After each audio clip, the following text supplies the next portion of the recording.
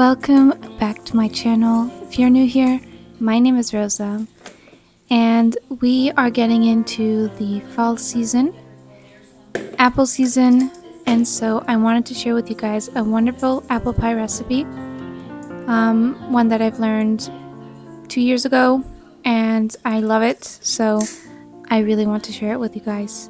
So I just started off by adding in my 3 cups flour, 1 tablespoon of sugar, and 1 teaspoon of salt. Mix your dry ingredients really well, and then to half a cup, add in 1 egg, and then fill the rest up with water. To complete that half cup, add that into your dry mixture and mix it in real well. Next, we'll be adding in our chopped butter. I usually do this recipe with my hands. I've never used my stand mixer for it, but I believe that it will work with the stand mixer. But why not use your hands? It's the most important tool. It's the only tool that you need. And usually when we make stuff with our hands, it's made with love or frustration. But in this video, we will be making the apple pie with love. So you guys need your dough. Don't need it too much, just until it gets smooth and all that flour has disappeared.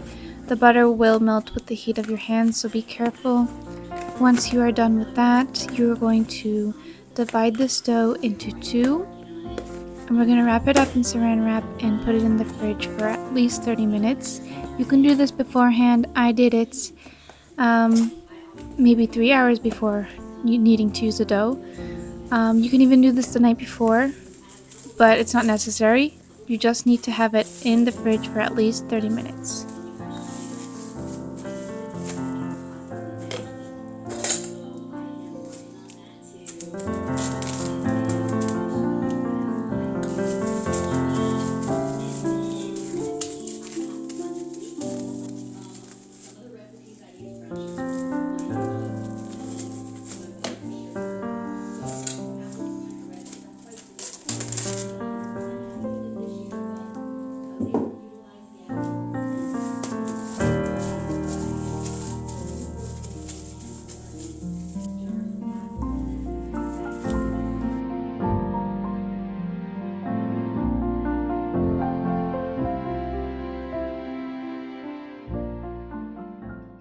Alright, so while our dough is chilling in the fridge, we are going to prepare our apples.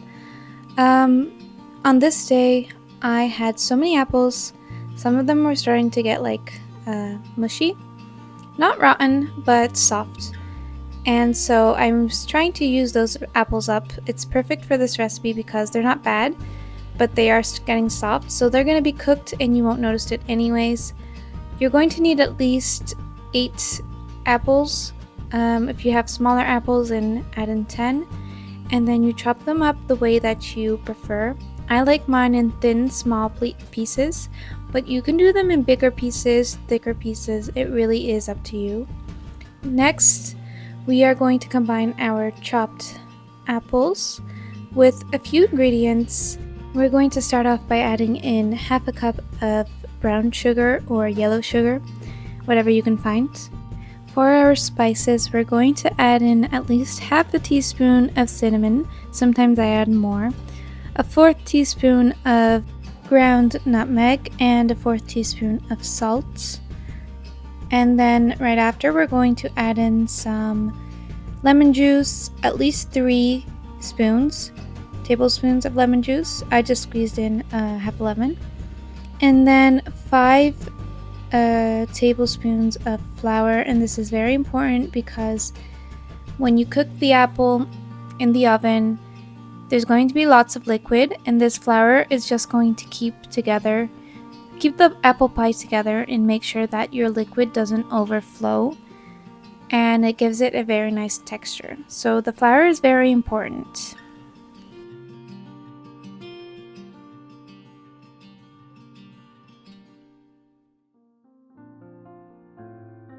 Now that our filling is complete, we are going to take out that chilled dough from the refrigerator, and we are going to roll it out so that it can fit into our pie form.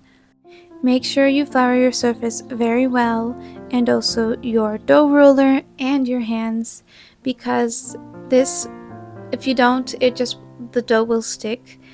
Now be patient. The dough is hard, and that's what we want. We don't want it to get soft, because once it starts getting soft, it's gonna stick. So we have to work as fast as we can. Rolling this out, then adding it on top of our pie form. Now here's a trick: if you don't want to break it while you're doing the transfer from your work surface to the form, just swirl it onto the roller like this, and then roll it out again on top of your form, like I'm doing right now.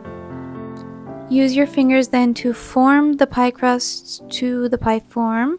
Add your filling to the pie.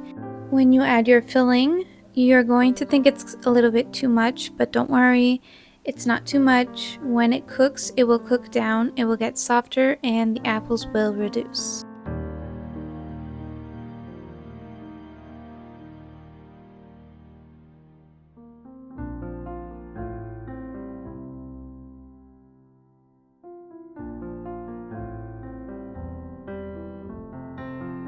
Now for a special touch, and this will take your pie to the next level, grab some cold butter and chop some over the pie filling.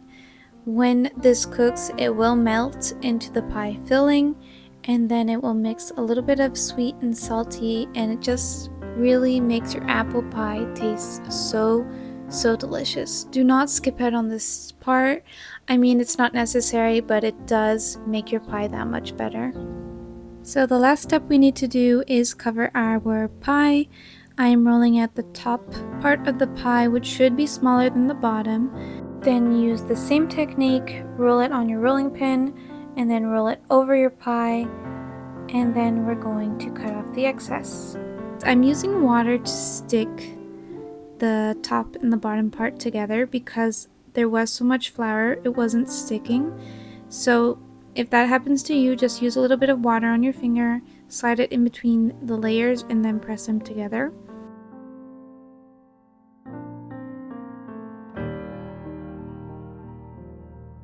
This part here is very important. Make sure you slice the top part of your pie. Make a few holes. I did 4. You can do 3. You can do 2. Whatever. As long as there are a couple of holes so that the filling can breathe and it won't explode. Now, add some tinfoil along the edges of your pie because they do cook faster, and if you don't do that, they will burn. Bake it for about 50 minutes, then remove the tinfoil and then bake it for another 20 minutes. And then your pie is done. Let it completely cool before cutting into it.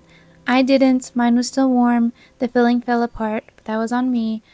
It smelled so good in my kitchen, I really just had to have a slice before it was cold. You guys, this pie was so good. I hope you enjoy this recipe. I hope you try this recipe out. We are so close to fall, my favorite season. Let me know down below if fall is also your favorite season. If it is, comment down a leaf or a pumpkin, anything that is fall related. Before you go, like this video if you haven't already. It really supports my channel. Don't forget to subscribe so you don't miss future content, and I hope to see you guys next time. Bye!